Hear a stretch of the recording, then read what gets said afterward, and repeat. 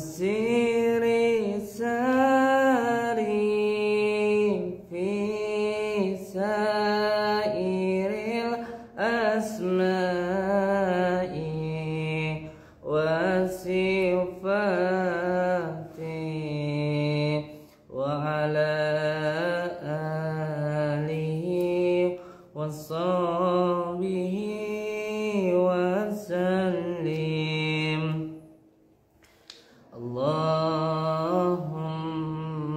sholli wa sallim wa barik ala sayyidina Muhammadin nuri dzati wa siri sari fi sairil asma'i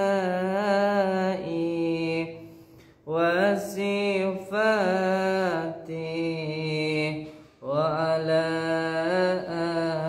alihi wa sahbihi. Alhamdulillah. Assalamualaikum warahmatullahi wabarakatuh wa ni'matillah wa la hawla wa la quwata illa billah. Amma ba'd. Saudara-saudaraku semuanya, subscriber, lover, tenan, follower namanya ya. Followers. Oh, saya nggak ngerti masalah tentang apa ini. Ini kita live di mana, Jen? Ini di Instagram. Ini resmi. di IG, satunya di TikTok. Masya Allah. Assalamualaikum warahmatullahi wabarakatuh. Saudara-saudaraku, apa namanya kalau IG itu? Followers. Subscriber, lover biasanya saya, lover Padepokan Nur Sejati dimanapun berada. Semoga saudara-saudaraku dimanapun berada selalu dalam lindungan Allah Subhanahu wa Ta'ala, mendapatkan rezeki yang berkah, barokah, berlimpah, bisa untuk pergi ke Mekah, ke Madinah, misalnya bisa buat beli sawah dan menjadi keluarga yang sakinah, mawadah, warahmah, mendapatkan keturunan yang soleh dan solehah. Amin ya rabbal alamin. Alhamdulillahi rabbil alamin. Di malam yang berbahagia ini kita semuanya bisa bersilaturahmi, bertatap muka. Semoga kita bisa doa saling mendoakan dan menjadi saudara seduluran selawas saking welase Gusti Allah. Amin ya rabbal alamin. Saudaraku semuanya, saya mengingatkan untuk diri saya sendiri dan juga untuk semua saudaraku dimanapun berada, selalu berpegang teguh kepada tali Allah, jalankan sholat, amalkan sholawat, berbakti kepada orang tua, baik kepada sesama dan cinta kepada negara. Insya Allah apabila kita bisa menjalankan 5 poin ini, kita akan selamat baik di dunia maupun di akhirat. Amin ya rabbal alamin. Yang pertama yaitu sholat atau berpegang teguh kepada tali Allah. Seperti apapun keadaan kita, walaupun seperti saya, orang yang tidak baik, terkadang sering melakukan kesalahan, kemaksiatan, tetapi jangan tinggalkan sholat. Terus jalankan sholat sampai kita bosan untuk melakukan maksiat. Jangan sampai kebalik, nanti mentang-mentang kita masih maksiat gitu terus kita tidak mau sholat. Kadang-kadang ada bisikan nih di dalam diri kita, buat apa sih sholat? Buat apa kita berbuat baik? Buat apa kita sholat kalau kita masih melakukan maksiat? Enggak kalau diterima, hati-hati. Ini adalah bahasanya syaitan masuk ke dalam diri kita melalui dengan alladzi yuwaswisu fi syudurin nasi minal jinnati wan nas, waswas. Jadi terus jalankan sholat sampai diri kita benar-benar tidak mau untuk melakukan maksiat. Ketika kita bisa sholat itu sudah suatu nikmat Allah yang luar biasa. Bayangkan banyak orang yang bisa berjalan berkilo-kilo ke pasar, ke kantor, ke ladang. Tetapi untuk menjalankan sholat subuh 2 rakaat aja nggak mampu.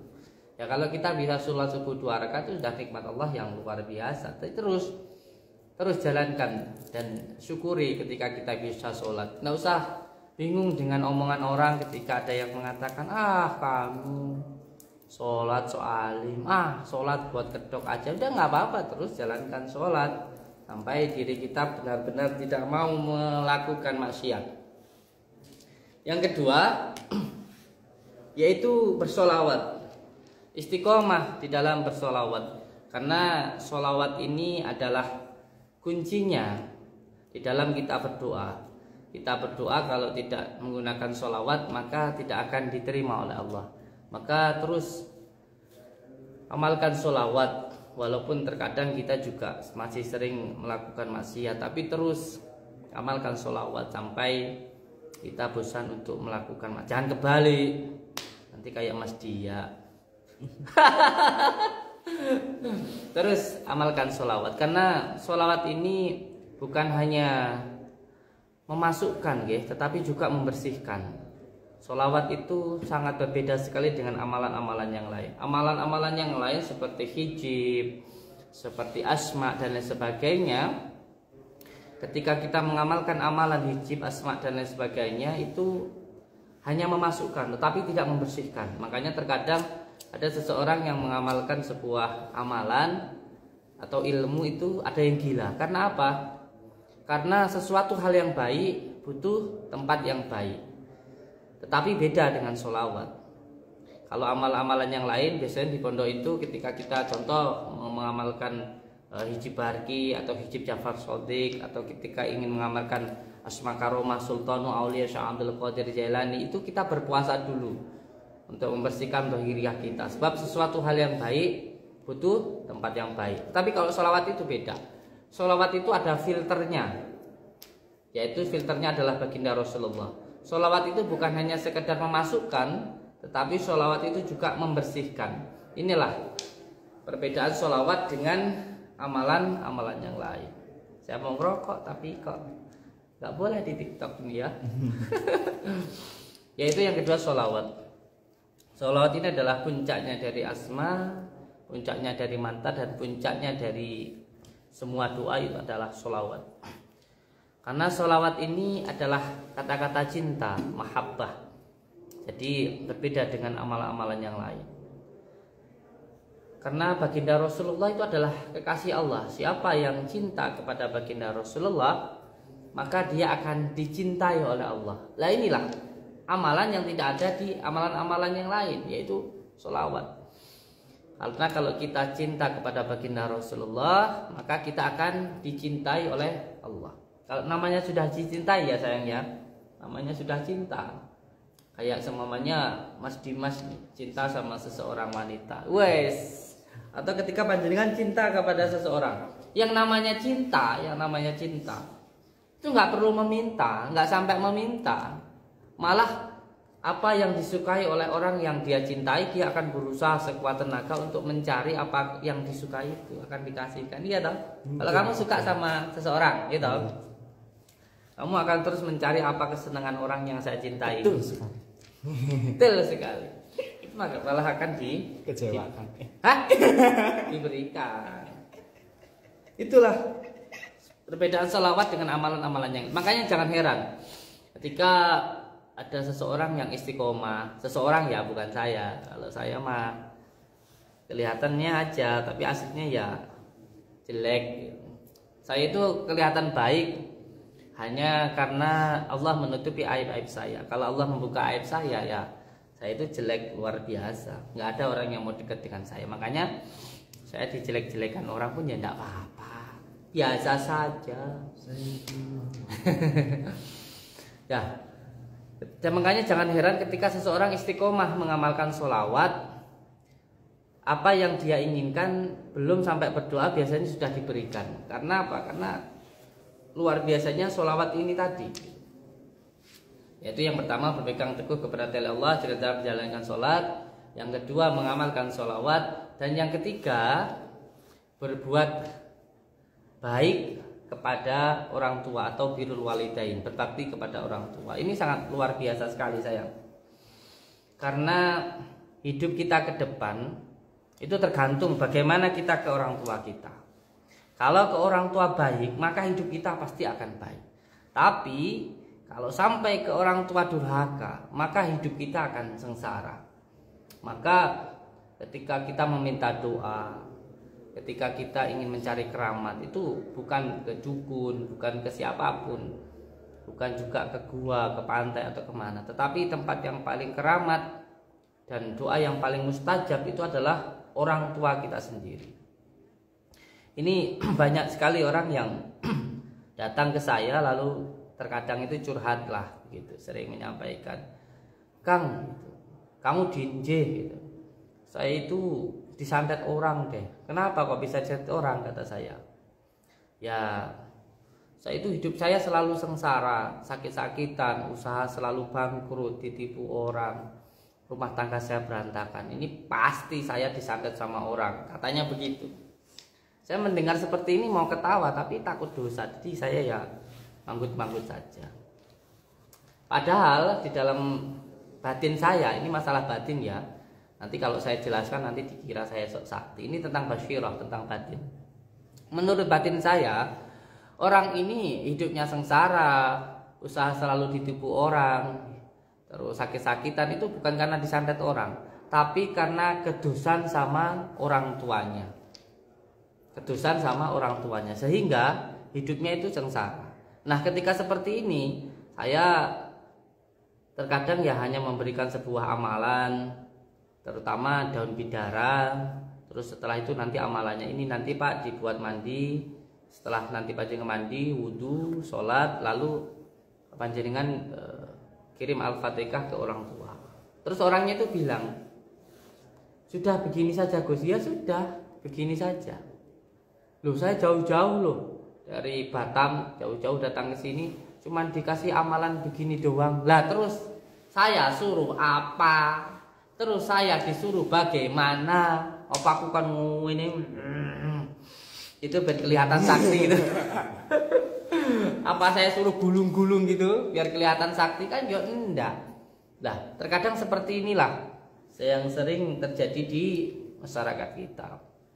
Intinya banyak orang itu hidupnya sengsara karena kedosan atau berdosa kepada orang tuanya. Bahkan terkadang seseorang itu hidupnya sengsara bukan karena tidak pernah didoakan oleh orang tuanya.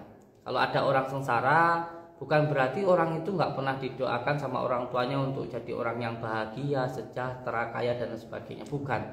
Tetapi karena anak itu tidak mau mendoakan orang tuanya, sehingga hidupnya itu sengsara. Padahal ketika seorang anak mendoakan orang tuanya, itu sama dengan dia mendoakan dirinya sendiri. Sebab apa? Sebab nanti doa-doa orang tuanya akan sampai kepada dirinya.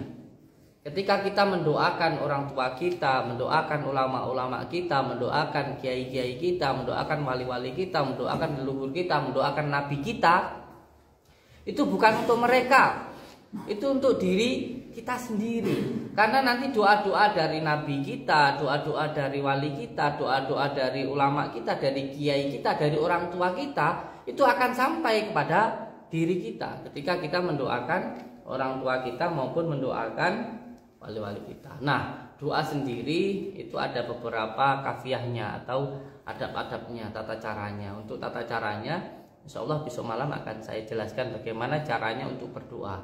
Sedangkan berdoa ketika kita meminta kepada sesama manusia saja ada adabnya, apalagi ketika kita meminta kepada Allah. Nanti akan saya jelaskan, saya ambilkan dari kitab Al-Azkar An-Nawawiyah tentang kafiah-kafiahnya, baca-bacaannya, dan dari adabnya nanti saya ambilkan dari kitab Samsul Ma'arif Kubro tentang bagaimana tata caranya. Nanti ada dua metode. Yang pertama, metode bacaannya saya ambilkan dari kitab Al-Azkar An-Nawawiyah. Dari tingkahnya atau perbuatannya nanti saya ambilkan dari kitab Samsul Ma'arif Kubro.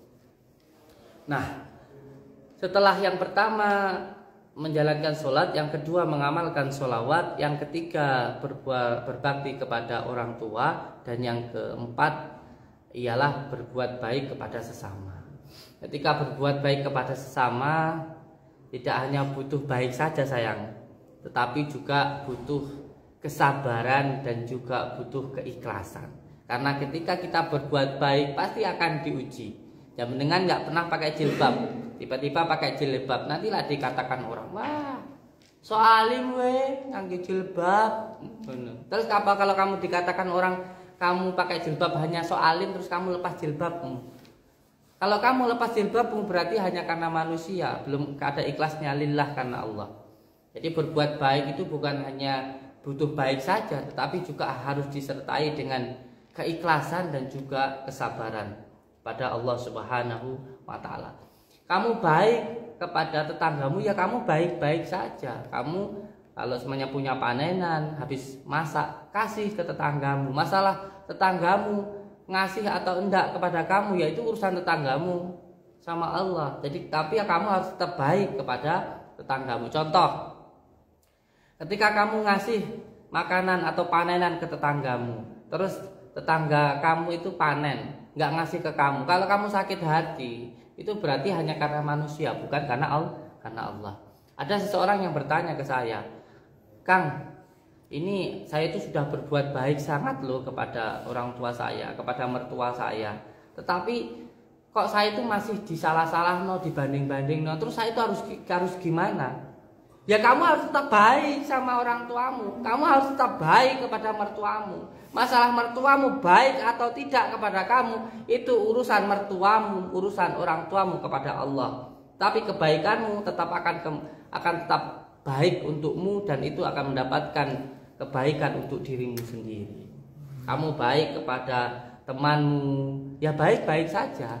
Masalah temanmu baik atau tidak nggak usah dipikirkan. Yang penting kamu baik kepada temanmu. Contoh, ketika ada santri di sini dikasih kiriman dari orang tuanya, ngasih ke temennya, terus nanti temennya dapat kiriman nggak ngasih ke kamu, ya jangan sakit hati. Karena apa? Karena kamu berbuat baik karena Allah, bukan karena teman. Kamu berbuat baik kepada tetangga, kepada saudara, kepada teman, ya baik-baik saja. Jadi berbuat baik itu juga harus ada ilmunya, ada dasarnya, yaitu keikhlasan kita kepada Allah Subhanahu wa taala. Contoh, ketika kamu menolong temanmu, semuanya ini Mas Dimas membantu Mas Dia. Nah, Mas Dimas ini lagi banyak uang. Mas Dia ini datang meminta tolong untuk dibantu. Ketika itu sama Mas Dimas dibantu.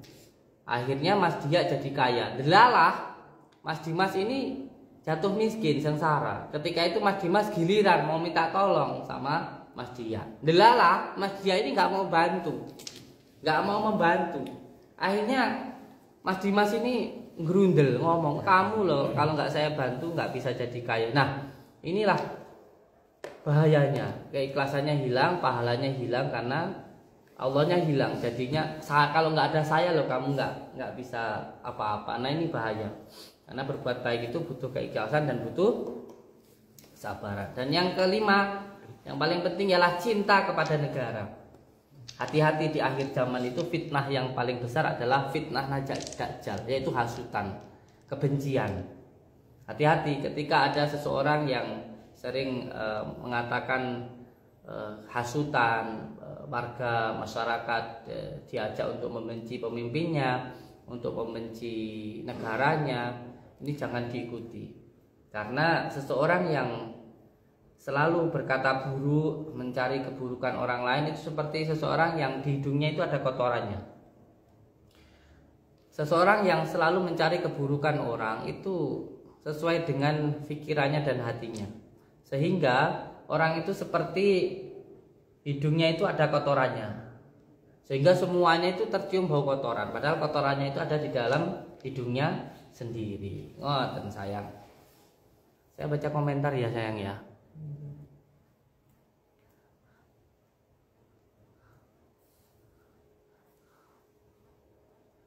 Saya bingung baca ini gimana sih. Udah nggak apa-apa.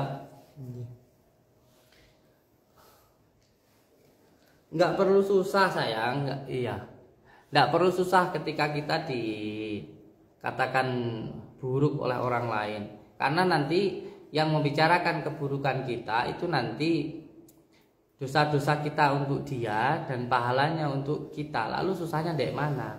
Gak perlu susah sama sekali, malah harusnya kita bahagia. Gitu sayang. Ini TikToknya kayaknya udah deh ya. Saya mau merokok nanti nggak bisa.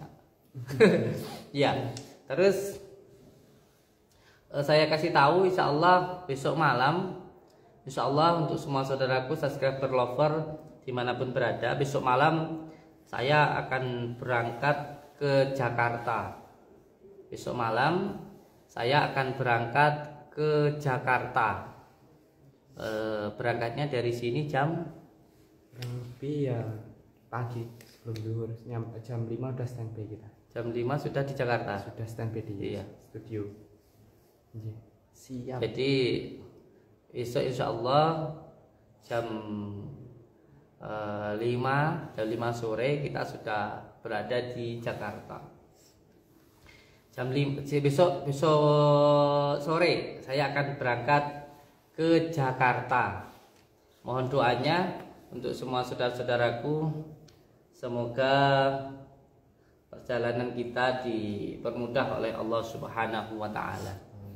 Sekedar informasi saja untuk semua saudaraku subscriber lover dimanapun berada.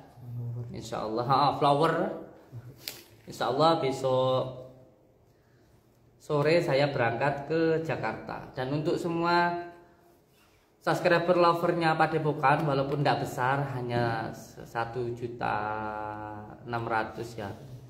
Saya harapkan untuk semua subscriber lover Padepokan jangan pernah membalas cacian dari orang. Untuk subscriber saya benar-benar tidak ridho kalau panjenengan terkotori dari kotoran dari orang. Kita saat ini subscriber yang hanya sekedar 1.600.000 berbenturan dengan subscriber yang hampir 20 jutaan.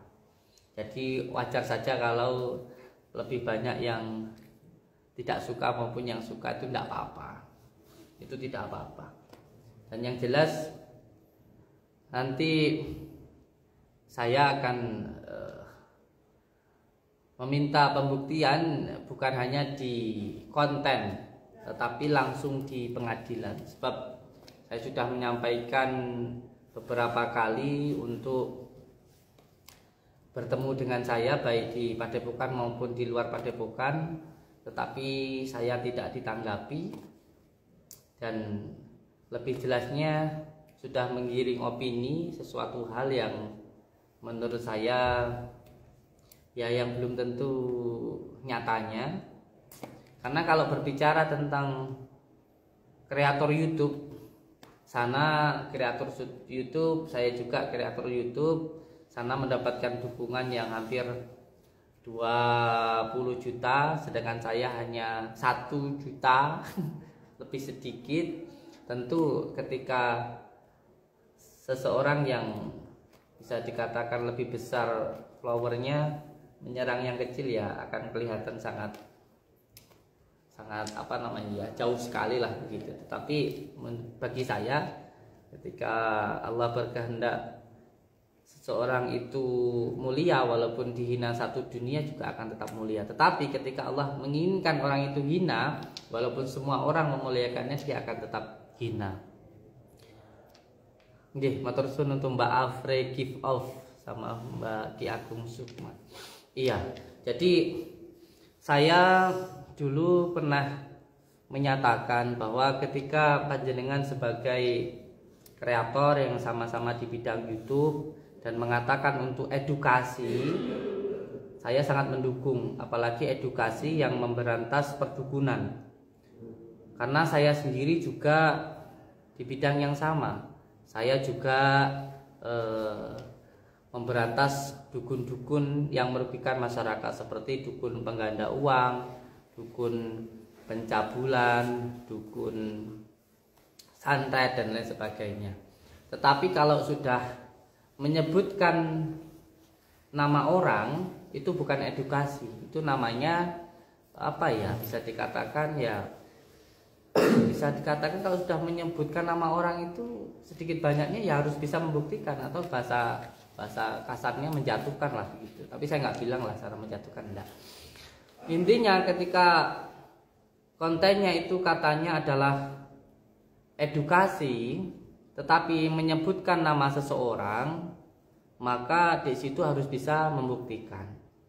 Lah, kalau mengatakan saya melakukan penipuan, maka orang itu harus bisa membuktikan siapa yang saya tipu, terus korbannya siapa, terus alat buktinya mana, kan begitu. Sebab saya sana yang menuduh. Saya tidak pernah sekalipun menyebutkan nama siapapun di channel saya. Saya tidak pernah mengenal sana dan lain sebagainya.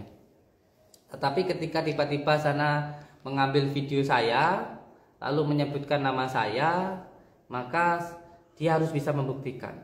Kalau tidak bisa membuktikan, maka ini akan menjadi fitnah. Ini menjadi fitnah. Oleh sebab itu saya minta ini untuk dibuktikan. Saya sudah beberapa kali meminta untuk dibuktikan, termasuk ketika di sini, tapi ternyata nggak mau masuk ke dalam. Saya yang disuruh keluar, dan ketika saya di luar ternyata sudah dihadang oleh kepala desa maupun pengacara. Dan ketika saya mau mengajak masuk, beliaunya sudah tidak mau. Beliau pengennya pulang. Bayangkan bila panjenengan, ini YouTube-nya lucu amat, ini TikTok-nya sayang. Coba kamu sama di sini, Mas Dia, Mas Dia, panjenengan di sini terus dilihat ada apa di ini saya muncul gambar-gambar gitu. Oh, itu di sawer. Oh, di sawer. Bukan, ya, tadi di YouTube saya ada topinya. Ada topi, iya, di sawer. Oh, saya di sawer, matur suwun, barakallah. Iya, begini sayang. Saya ingin menyampaikan bahwa bagaimana ketika panjenengan yang ketika di rumah diam-diam gitu, tidak ada masalah apa-apa, sama di rumah sama sendiri, seumpamanya lagi bersama istri, bersama dengan santri, duduk-duduk, loh tiba-tiba ada yang mengatakan panjenengan itu melakukan pencurian. Terus setelah itu panjenengan tanya, siapa yang dicuri? Terus kejadiannya di mana? Barang buktinya mana? Lalu tiba-tiba orang itu tidak bisa membuktikan. Dan karena besarnya sebuah tuduhan, sehingga tergiring opini di masyarakat bahwa panjenengan itu benar-benar melakukan pencurian. Karena sudah disampaikan untuk membuktikan siapa yang dicuri, mana alat buktinya, siapa korbannya, tidak segera memberikan konfirmasi, maka terpaksa hari ini harus dibuktikan di pengadilan. Harus dibuktikan di pengadilan siapa yang dicuri, di mana letak pencuriannya, kejadiannya, dan mana alat buktinya. Karena ini sudah tersebar luas di masyarakat bahwa saya melakukan pencurian, seperti itu contohnya. Padahal kita di rumah bersama dengan santri, nggak tahu apa-apa gitu. Terus tiba-tiba dituduh mencuri gitu. Terus yang dicuri siapa? Mana barang buktinya? Ini luar biasanya media sosial. Inilah luar biasanya media sosial. Apalagi ketika yang di media sosial itu adalah orang besar. Ya kalau saya kan orang kampung ya. Saya orang kampung, pemulung rosok, saya bukan kiai, saya bukan ulama, saya hanya pemulung rosok, hanya seorang kreator YouTube kecil, lalu berlawanan dengan YouTube yang besar, didukung dengan subscribernya yang puluhan juta. Ya tentunya nggak sebanding, tetapi buat saya no problem lah, tidak masalah buat itu. Malah ketika kita tidak pernah menyebutkan nama orang, lalu orang itu menyebutkan nama kita, berarti kita ada di depannya. Kalau ada orang yang ngomongin kita, pasti orang itu di belakang kita, kan begitu ya. Nggak mungkin orang itu ngomongin kita kalau dia ada di depan kita, berarti saya di atasnya. Ya, barakallah. Aduh, enggak. Saya mah hanya orang kampung, tapi alhamdulillah walaupun orang kampung, walaupun cuma pemulung rosok, tapi disebut sama orang Jakarta sana. Wis viral di mana-mana. Oh, saya nggak tahu apa-apa kok. Kalau saya dikatakan nipu, siapa yang saya tipu gitu loh. Siapa yang saya tipu, siapa gitu loh.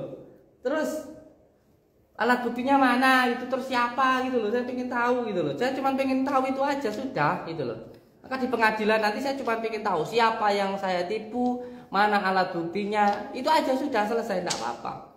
Santai saja gitu loh ya.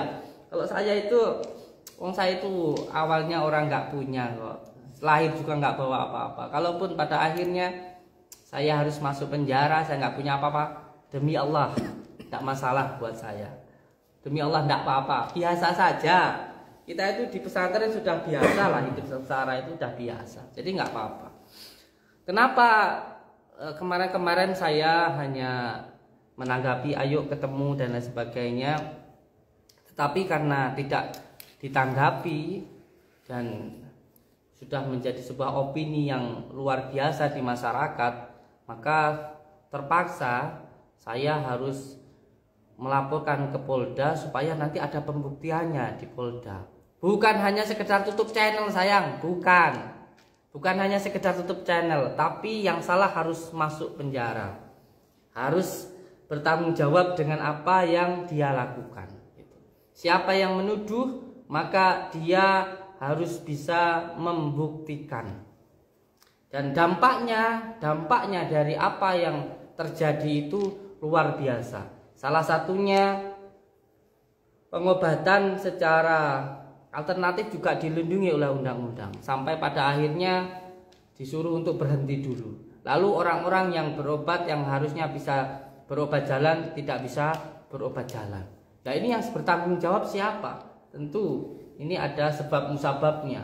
Sebab itu ini nanti pun juga akan menjadi persoalan di dalam persidangan. Jadi siapa yang menuduh maka harus bisa membuktikan. Dan besok sore saya insya Allah apabila masih diberikan umur oleh Allah, saya akan berangkat ke Jakarta. Mohon doanya untuk semua saudara-saudaraku dimanapun berada. Yang terpenting untuk subscriber lover saya walaupun hanya kecil, hanya 1 berbanding 20, 1 berbanding 30. Tapi saya harapkan jangan sampai ada yang membalas cacian. Karena ketika seseorang dicaci itu tidak perlu harus sakit hati. Itu adalah hikmah yang diberikan Allah kepada kita. Dari situ kita akan tahu apakah hati kita itu benar-benar ikhlas karena Allah atau hanya karena manusia. Nggak perlu marah dengan cacian bulian. Panjenengan ketika dibully, dicaci, contoh ketika saya mencaci panjenengan, nanti pahala saya untuk panjenengan, dosa panjenengan untuk saya. Lalu kenapa harus susah dengan cacian itu? Nggak perlu dibuat susah sayang. Saya itu malah senang kok. Dengan adanya kejadian ini saya itu malah senang. Saya itu malah senang wis. Saya nggak tahu apa-apa sekarang disebut-sebutkan ya urusan mereka yang menyebut. Yang terpenting ketika kita jadi pemain ya benar-benar pemain yang baik, yang bagus.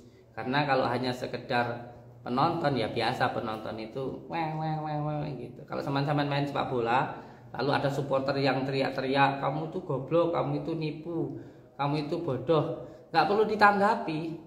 Cara untuk menanggapi seseorang yang mencaci, membuli itu tunjukkan kualitas diri kita. Buat soraan, hinaan itu menjadi tepukan.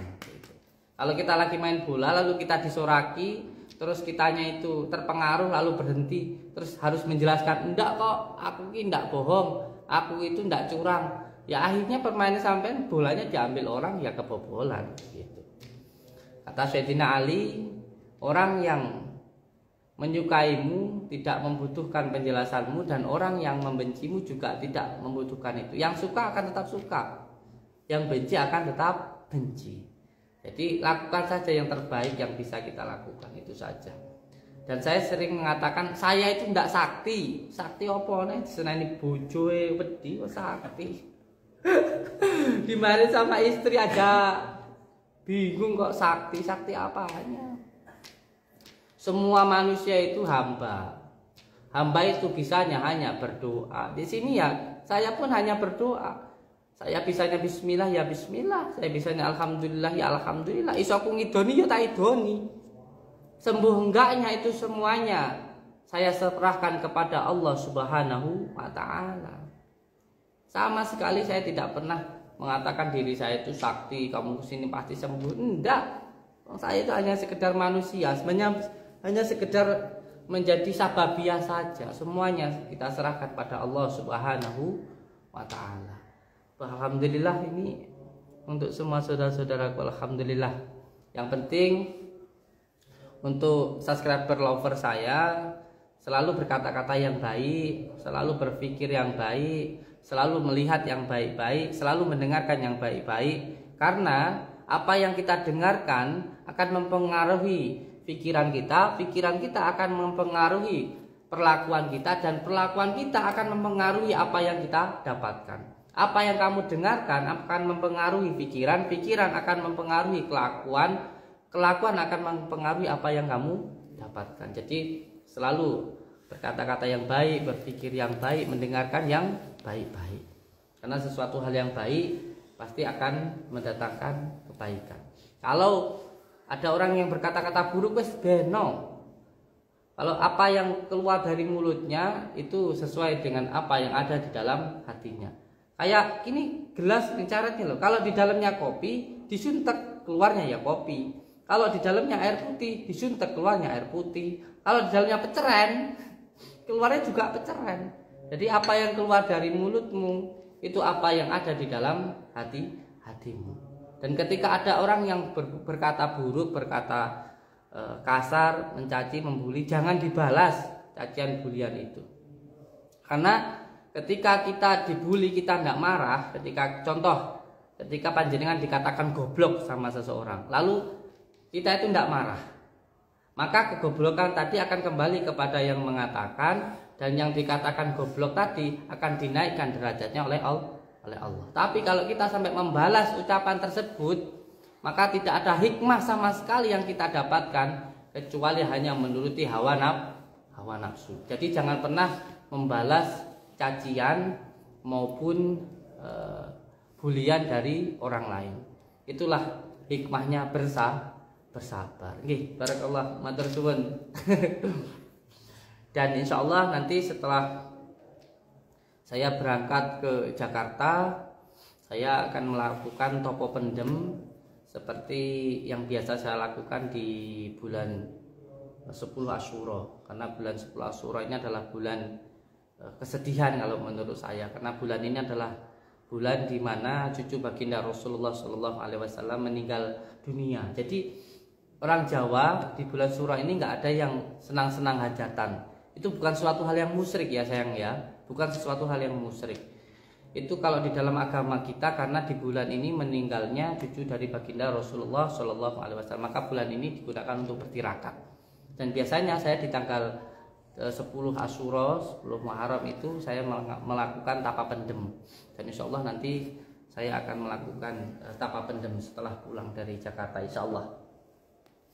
Dan jelas untuk semua subscriber lover saya dimanapun berada, jangan pernah membalas cacian, jangan pernah membalas hinaan dari orang yang mencaci maupun membuli. Biarkan saja. Sesuatu hal kalau kita dikasihkan sesuatu, contoh saya panjenengan saya kasih sesuatu, kalau panjenengan nggak terima kan akan kembali kepada saya. Tapi kalau sampean terima, ya sampean terima kayak gitu. Jadi kalau kita dikatakan bodoh, dicaci, dibully, kita tidak marah, ya cacian tadi akan kembali kepada yang mengatakan, dan kita akan dinaikkan derajatnya oleh Allah. Selalu berpegang teguh kepada tali Allah, jalankan sholat, amalkan sholawat, berbakti kepada orang tua, baik kepada sesama, dan cinta kepada negara, maka hidup kita akan selamat di dunia maupun di akhirat. Selalu tumbuhkan rasa kasih sayang, hilangkan kebencian yang ada di dalam diri kita, karena sebaik-baiknya orang adalah orang yang penuh dengan kasih sayang kepada siapapun, seperti yang dicontohkan oleh baginda Rasulullah SAW. Karena baginda Rasulullah itu rahmatan lil alamin, untuk semua orang, bukan hanya rahmatan lil muslimin. Tumbuhkan rasa kasih sayang. Ar-Rahman Ar-Rahim. Assalamualaikum warahmatullahi wabarakatuh.